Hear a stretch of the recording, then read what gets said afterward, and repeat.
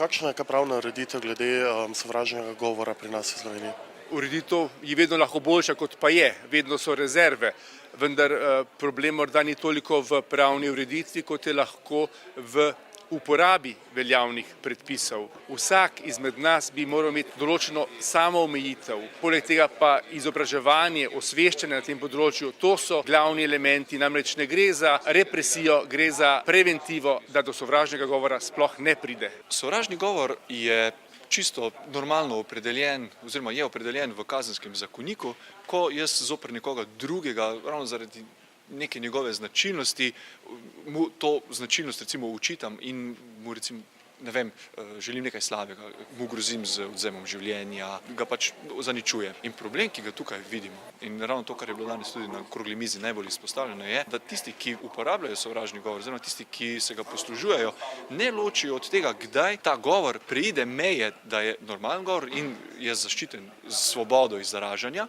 in postane sovražni govor. Moje stališče je, da pač problem etike sovražnega govora na internetu je pretezno namišljen problem, ki obstaja zaradi tega pač, da se ustanavljajo uradi, ki bi se bodo s tem ukvarjali, za kaj drugega pa ne.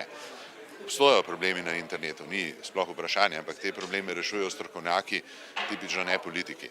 Ni prav veliko teh primerov, so pa in tudi obstajajo obsodilne sodbe, ki pomenijo sankcijo za storjeno kaznivo dejanje, pa tudi opomin drugim, da je treba imeti neko mero pri uporabljanju besed, ki jih pač izražamo.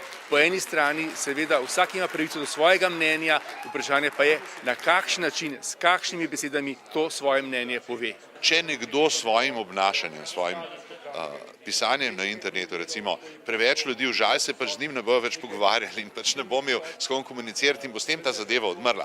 Tako da bolj verjamem v evolucijske postopke, kot v kakršnokoli ukazovanje. Na kaj morajo v bistvu uporabniki paziti pri uporabi socialnih omrežij? Dejstvo je, da socialna omrežja omogočajo zelo tak enostaven, zelo prijazen uporabniški vmesnik, preko katerega jaz komuniciram z ostalim svetom, z ostalimi tisoči in tisoči uporabnikov. In ravno zaradi te prijaznosti, tega zelo enostavnega uporabniškega vmesnika imamo včasih občutek, da mu pravzaprav lahko zaupamo vse, ker pravzaprav govorimo z drugimi.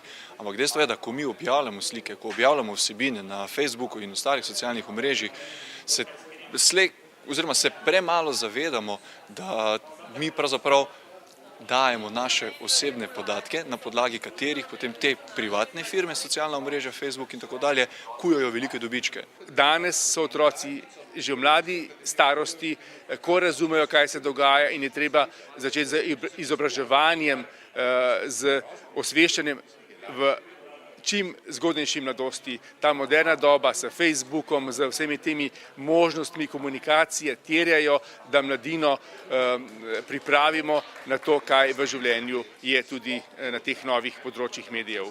Otroke treba v svet interneta uvajati že od malega ven. Od tistih prvih klikov, ko se mu zavrti na YouTubeu neka risanka, ko on že zna sam klikniti na play, do tistega, ko on recimo postane pismen in počasi začne pisati, že zna v Google tipkati, kaj si želi pogledati, takrat že moramo resno začeti z njim delati. To mora biti tak partnerski odnos. Kakor otroka učimo voziti kolo, kako naj je, kako naj gre v šolo, kako naj se uči, kako naj bere. Vse te veščine on mora tudi od staršev prejeti to veščino varne rabe interneta in obnašanja, primernega, pravilnega obnašanja na internetu.